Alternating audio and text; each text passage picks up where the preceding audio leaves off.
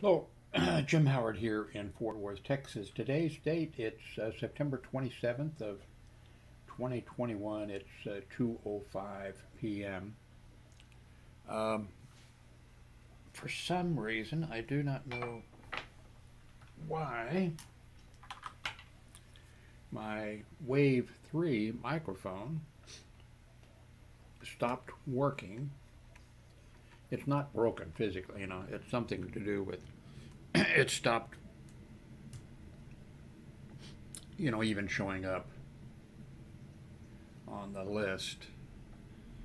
So over here, by the way, I have my Chrome box operating. I set it up a day or two ago.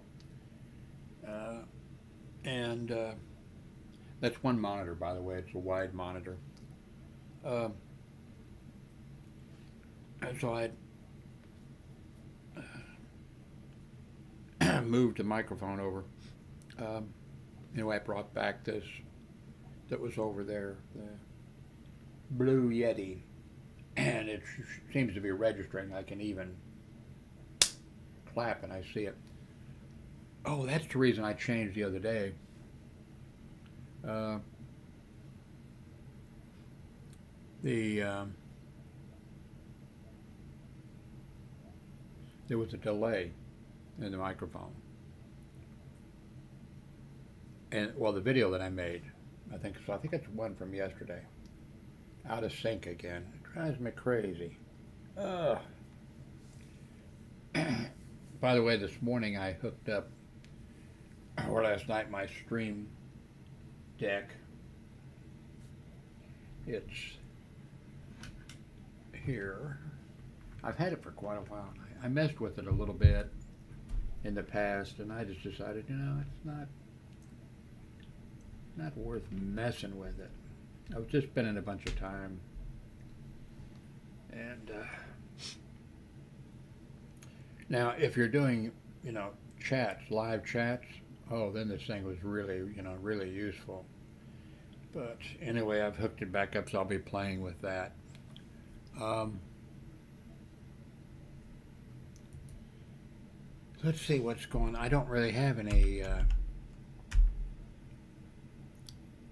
news. It looks like Windows, they didn't do the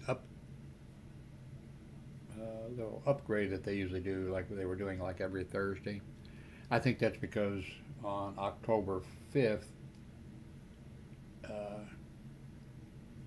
more or less, now they'll be working on it, of course, forever. But in fact, I think they told manufacturers of computers and everything that the version, I'm running Windows 11, that the version last week, I think it was, that was going to be the OEM version so I think they're not wanting to do a whole bunch of messing around with it right now. So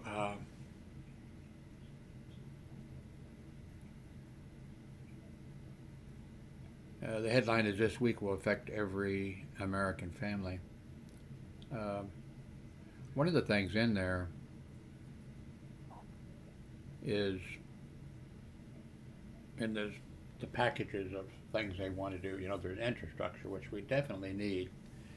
Our infrastructure, fixed here in the United States. It's been decaying for a long time, and it's not sexy. And I guess politicians, I don't know, maybe they can't get enough graft or something. You would think they would be able to. You would think that, construction companies and all kinds of people would be willing to give them money to vote for or something like that. But our bridges are falling apart, our railroads falling apart, everything's falling apart.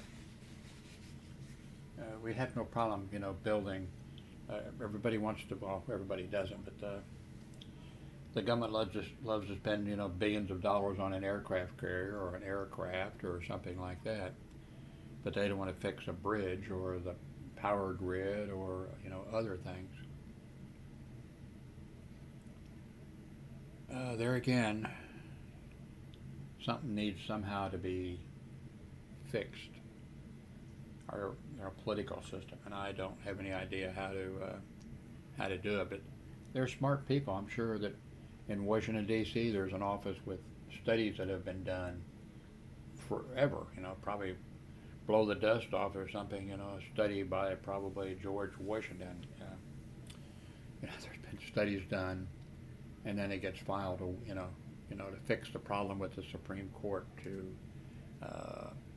fix all these different problems. There's studies have been done, experts that came in, and then it gets filed. You know, post office fixing the paper, all this kind of stuff. I'm sure you don't need a new studies done. You just need to have somebody go in there. It could be an intern. You go in, you know, and pull out the thing. Here it is, you know. Anyway, one of the things this week which would affect me and people in my, you know, age group and everything is if all this stuff, you know, if all these things pass, for the first time, people on Medicare would have the government would be willing to, you know, Medicare would be willing to pay for hearing aids, dental work, and something else. Can't remember what the third item was. But then there's a whole bunch of other, you know, the infrastructure stuff and all kinds of stuff. It's a lot of money, and the Republicans are going to, you know, object to it, which they always do, unless you can figure something to give them. That's, you know, oh my God, that's what's wrong. You know, well, when I say that, I know there's just so many things wrong with our system.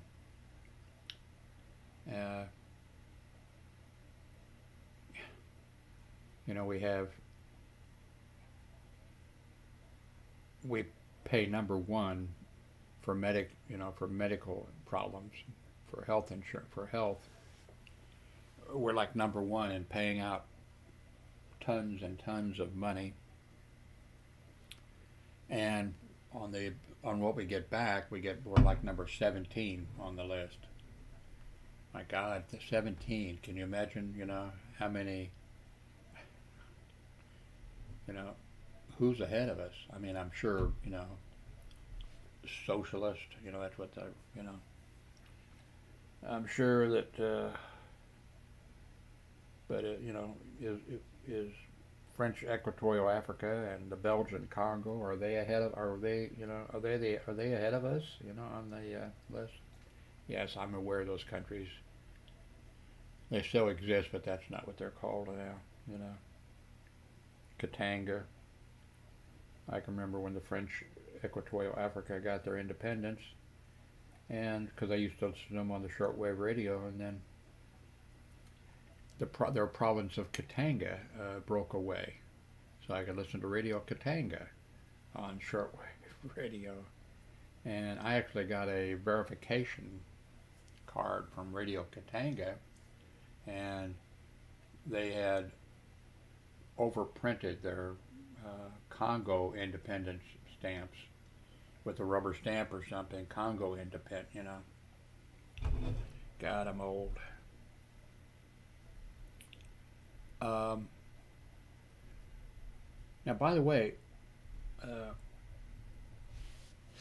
here in the United States, I'm not sure which department takes care of it, or which, you know, they do a scientific study. Maybe it's not a scientific study. Every year they send somebody out with a grocery cart. Well, they don't actually go with a grocery cart, but people go out all across the United States. I mean, it's not like the census. There's not millions of people, but they go out and they find out what a product costs, and they have a list. It's the same list. uh, you know, a gallon of gasoline, milk, all this type of stuff. And then they come up with the, you know, how much the cost of living has gone up. And there are union contracts, you know, that have been negotiated based on, you know, what raise the employees will get based on what the cost of living is. And there are government programs, of course, Social Security and all types of, you know, all types of benefits that are based on what is the cost of living. I'm not sure for how long, but for the last few years, people on Social Security, old people, the cost of living increase has shown as being very minimal. And so, like my Social Security every year, you know that what it's going to be on January 1st or something, I think it is, because of the cost of living thing. And they can kind of know ahead of time what's indicated, of course, is not official until they, that the COLA, cost of living increase index, it may be almost 6%. That would be unbelievable. Usually, either there have been a couple of years where we didn't get any, maybe more than that, because there was no cost of living increase, or it's like 1% or 1.5% or something. And so you get of course it varies with how much you make, how much you're getting for, say, Social Security. And it's maybe $25. And, we know that we're spending more because of products we buy. It makes a difference. I mean, when they set this thing up, and they do, I think, change it from time to time, but it's a big deal when they do that. They have to be careful.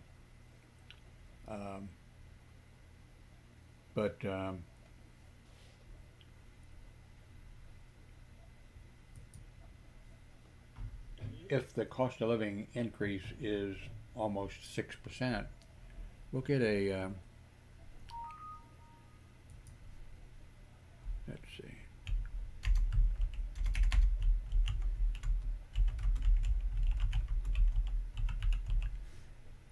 we'd get quite a,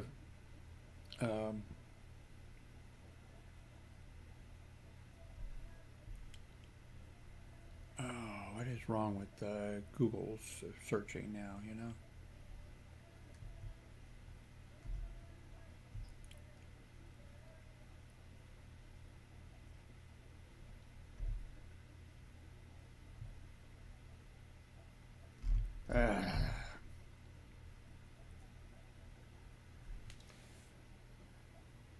Anyway, we rent an apartment, and every we get we have to new lease every year and sign it, and I don't think there's been a year that they haven't raised the rent. Every year the rent goes up, and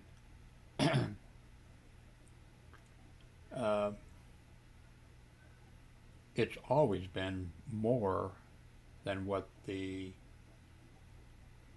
cost of living increase somebody gets who's on Social Security. We might get a $25 cost of living increase for the next year, and the rent will go up here, $50, or something like that, or $100 or something, every. So I'm not sure what the answer to that, to that problem is.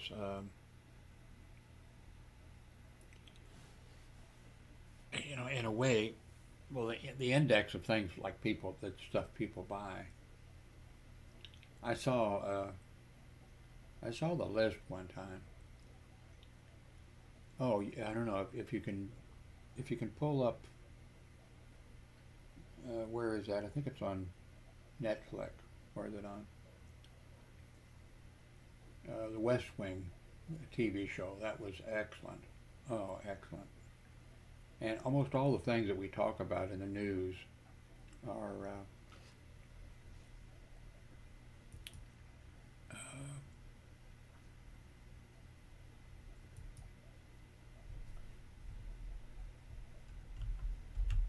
almost all those things are covered in those West Wing shows. Uh,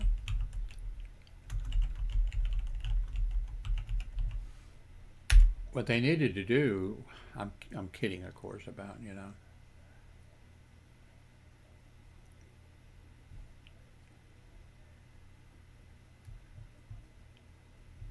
Um, what somebody need, and I'm joking. What the people needed to do was to take Donald Trump and tie him to a chair and make him watch all the entire West Wing, 4 or 5 years, whatever it was of it, because just about everything was, you know, shutting the government down, uh, not increasing the index or the thing to raise the amount of money can be borrowed by the government, so they don't have to shut the government down. Every uh, the state of Iowa here, and we wonder about, you know, people in Iowa. I mean, Iowa's a nice. I spent a summer up there in Council Bluffs, Iowa. My dad was working at a boiler making job up there, and so when I wasn't in school. My mother and we spent the summer there in Council Bluffs. You know, the people in Iowa are nice, and they're it's kind of a nice state. But man, it goes Republican, and that's covered in at least 2 or 3 episodes of The West Wing, and it's really, you know, hilarious, funny, but educational at the same time. Um, all of these things are. Oh, and they discussed the, you know, the cost of living index on The West Wing and all that kind of. I tried to get my ex-wife to watch The West Wing, and she watched part of the first episode, I guess she said, and she said there was too much talking, and so she didn't, you know, watch anymore. But then she says, uh,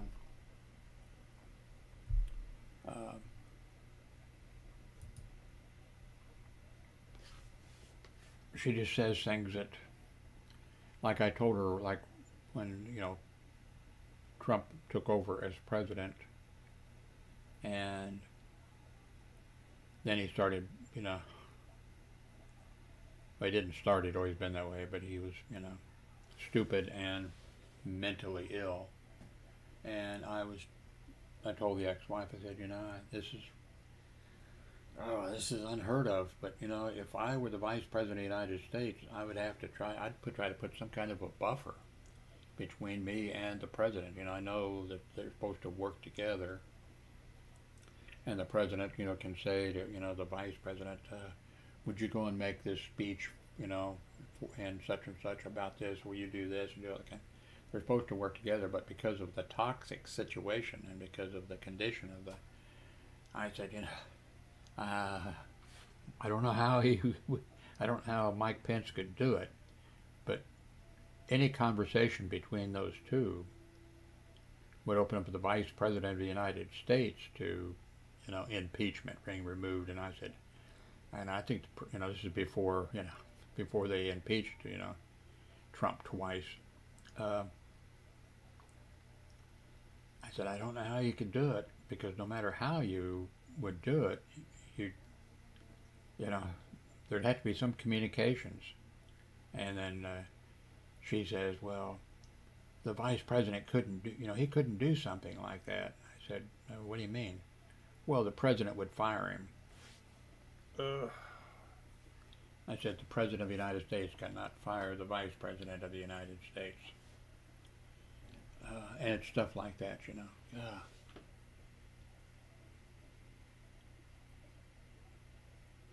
You know, maybe somebody who's teaching civics in school, you know, to high school kids or something, maybe they should just, let's see, each episode was like an hour. Yeah. How many, after like 4 or 5 years, I'm trying to figure out how could, you know, an hour would be too long because probably a class is an hour and they wouldn't have time to, well, of course they could take the commercials out. Maybe that would be, you know, okay, we're going to watch episode, you know, this is the first day of school here. We're going to watch episode 1 of The West Wing. And then, of course, actually, there should be some discussion of it. I don't know.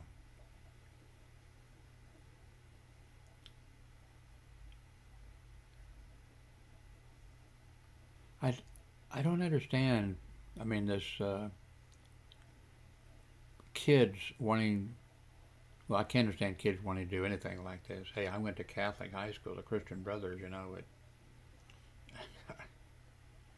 believed in corporal punishment and whatever. Plus, there was no girls, you know. I never wanted to shoot my fellow students, you know, or anybody else.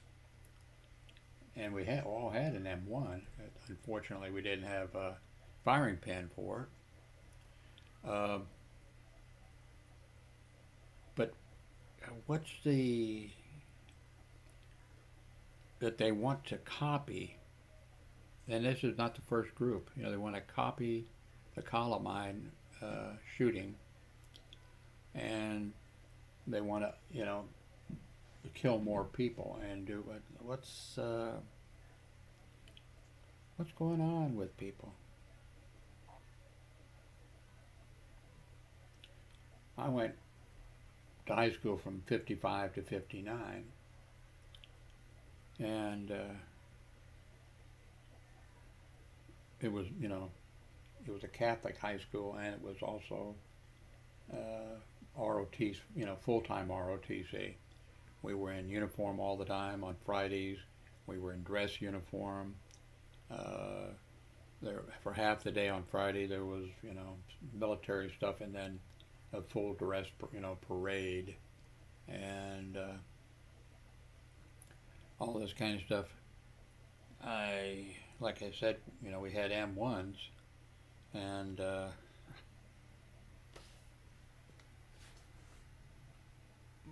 you know, a buddy and myself, you know, from high school, we thought about, you know, okay, and we were in Kansas City, Missouri, the center part of the United States. You know, we thought, you know, we'd be walking home without our M1s, of course, but we'd be walking home and we'd think, you know, when the communists, you know, invade the United States, that tower would be a good place. You and I could get up there with our you know, I mean, you know, fantasy world. Number one being because you'd be in the middle, we were in the middle of the United States. I guess that's just like when I was in the Ground Observer Corps in high school, and before that, we would, the Ground Observer Corps, that was a auxiliary type of thing set up by the U.S. Air Force and all across the United States and up into Canada and stuff. The radar wasn't the best at that time for a number of reasons. For detecting, you know, so you actually needed some human eyes to do it. So two of us would stand at 2 hour on top of the Army record, at a Army base, small Army base, and we would show our ID to get in, and then we would go into the building and go up, and then we'd climb up to a guard shack and watch for aircraft and report them, you know, report it in. And when we would see an aircraft or whatever, we would dial operator and say aircraft flash, and then the operators all knew exactly what to do, and we took priority over a whole bunch, over everything. You know, I don't think they disconnected the president or whatever, but They needed to connect me one time, and they couldn't connect me to the United States Air Defense Command, so they connected me to the Canadian Air Defense Command. Must have been in Montreal because the person had a French accent, you know. And but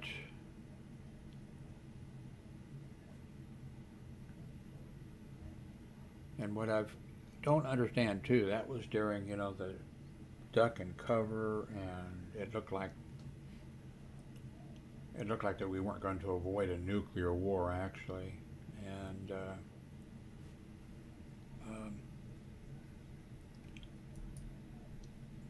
I was in the civil defense. I didn't do any study in high school. I carried my books on, a whole ton of books. Carried them home and then back to school, and I never opened them. Why? I took them home and then went back. My parents never paid any attention to.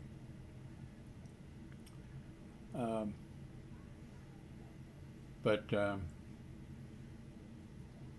I never opened them up and studied them, but I was doing other stuff. And so lived in Kansas City, Missouri, major, you know, U.S. city. The Cold War was really going on, and it looked like, you know, that might be, and there were people building, you know, fallout shelters underneath there, you know, that type of stuff.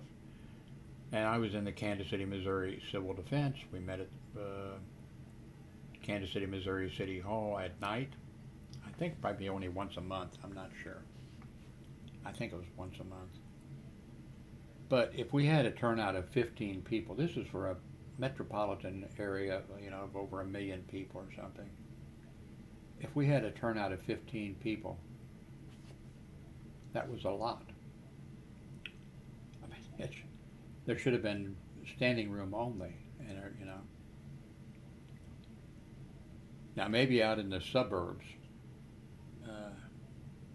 maybe they had civil defense programs, and maybe they had a good turnout. Maybe it was just that it was Kansas City, Missouri.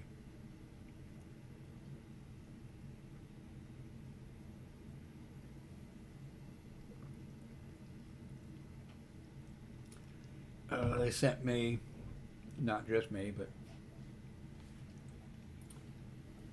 for training one day, though, of training on being a radiological monitor. So, and I got a certificate from the state of Missouri, you know, that I had been trained. So if we had gone into the shelters or whatever, and if there was a Geiger counter there, and if the batteries were new, after the nuclear blast, it would have been my job to at some point go outside with a Geiger counter and find out what the radiation levels were and where they were, and then go back and tell these people, okay, you know, don't go west, go, you know, go east or something or other because of radiation, whatever. In high school, I never volunteered to ever answer a question or raise my hand up, and for some reason, I didn't want to be called on at all. I'd get like embarrassed or something. I don't know what that was about. I wasn't that way in grade school, but in high school, I don't know why. But our class, so there'd been about 100, so it wouldn't have been in a classroom. They'd had to do it in the auditorium or something. And a detachment from the Air Force, I forget how many, you know, maybe 2 officers or something, maybe an officer and a sergeant, that came to our school. And so I forget what class, whether it was freshman, sophomore, junior, or senior. But I'm not sure if they showed a little video, or it would be video, it'd be, you know, 16 millimeter, you know, that goes. And then the officer, you know, asked a question. And none of our people, you know, so I knew the answer, you know. And so it was like, I don't know, what kind of nuclear blast are there, you know? And then I forget what the answer was, surface, you know, blah, or whatever. And then, okay, why would, you know, whatever. And I was, and I think the other guys, because they didn't ever hear me talk, probably, or I was kind of invisible, you know, keep a low profile, except for that. And so then as we were done, you know, and the Air Force officer said, you know, okay, you know, you can go now or whatever. And then he says, you know, to me. And so I went over there and he looked at me and he said, are you in the Civil Defense program or something? I said, yes, Kansas City, Missouri Civil Defense. He said, okay. And then I left. I'm guessing that the military, you know, they probably had their designation for like surface blast, whatever. I can't remember now what, you know, for these.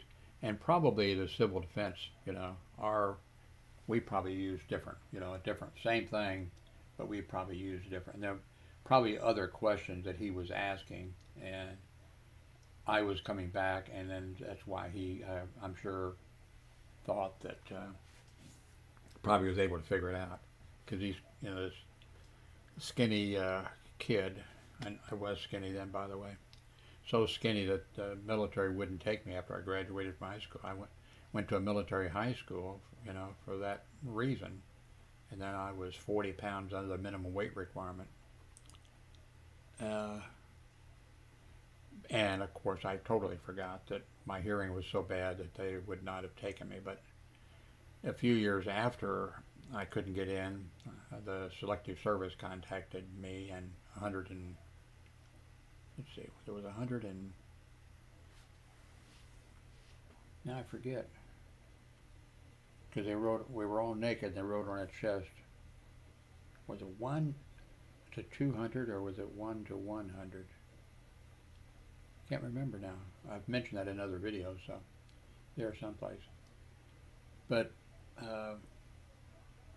when I got called down for the Selective Service exam, then they sent me a card that said 1A, and this was like 2 years after I tried to get in. I hadn't gained any weight, by the way. I think I weighed 115 pounds. I looked like somebody from a concentration camp. And so I went on, I got a card, 1A, you know. And so I went down, and the Army recruiter said, oh, Jim, okay. Yeah, everybody who's 1A, you're on my list here. I'd have been contacting you and everything. And so we start filling out everything, and I said, well, I'm kind of pissed. I want to make a career in the military. And I was down, you know, and I was told, you know, and he said, yeah, you do look awful thin. And he says, just a second. Then he called the medical unit, you know, which was over by the Union Station in Kansas City, Missouri. And they pulled up my record, and I guess they looked at height and weight, and they, oh yeah, he's rejected. We'll send him a new card, 1Y. And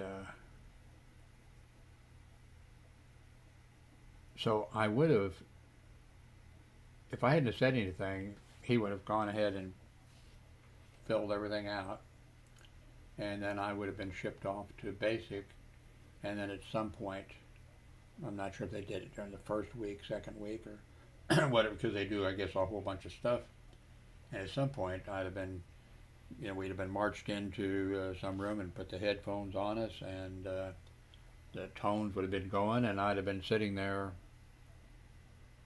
why is everybody writing something down, you know? And then they'd have been, after they were all done, but what in the fuck did, you know? Are you trying not to get in the, you know?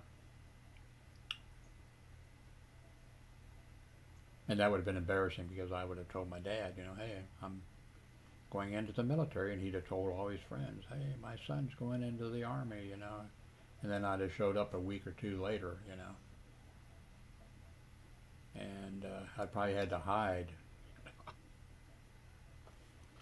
Anyway, I don't understand why they And this sounds really bizarre. A group, they were going to do it next year. They were going to do it on April 20th of 2024. No, this is 2021. They were going to do it on, because I guess that's the anniversary or something. Oh, it would be the 25th anniversary of the Columbine Massacre. But they were making bombs and everything.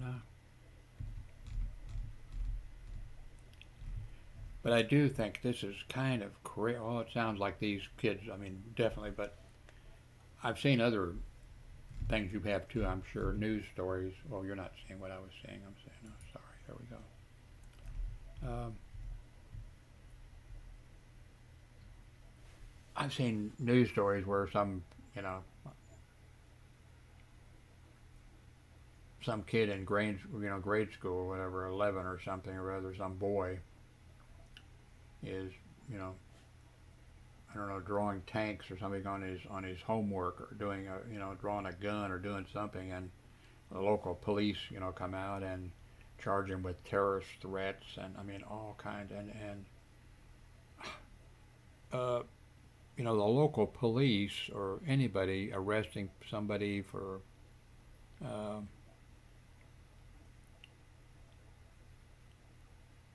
unlawful possession or manufacturing of weapons of mass destruction, terrorist threats with intent to terrorize, aggravated assault, possession of explosive materials, engaging in a criminal conspiracy, on and on. I think that's kind of, I've seen local police before, stories of them arresting some little kid and charges like that, and I'm thinking, this police officer, he's not satisfied to arrest somebody for trespassing or vandalism or speeding or something like that. He wants to go home and tell his wife or girlfriend, oh, she's going to say, oh, how was your day? Oh, I made an arrest for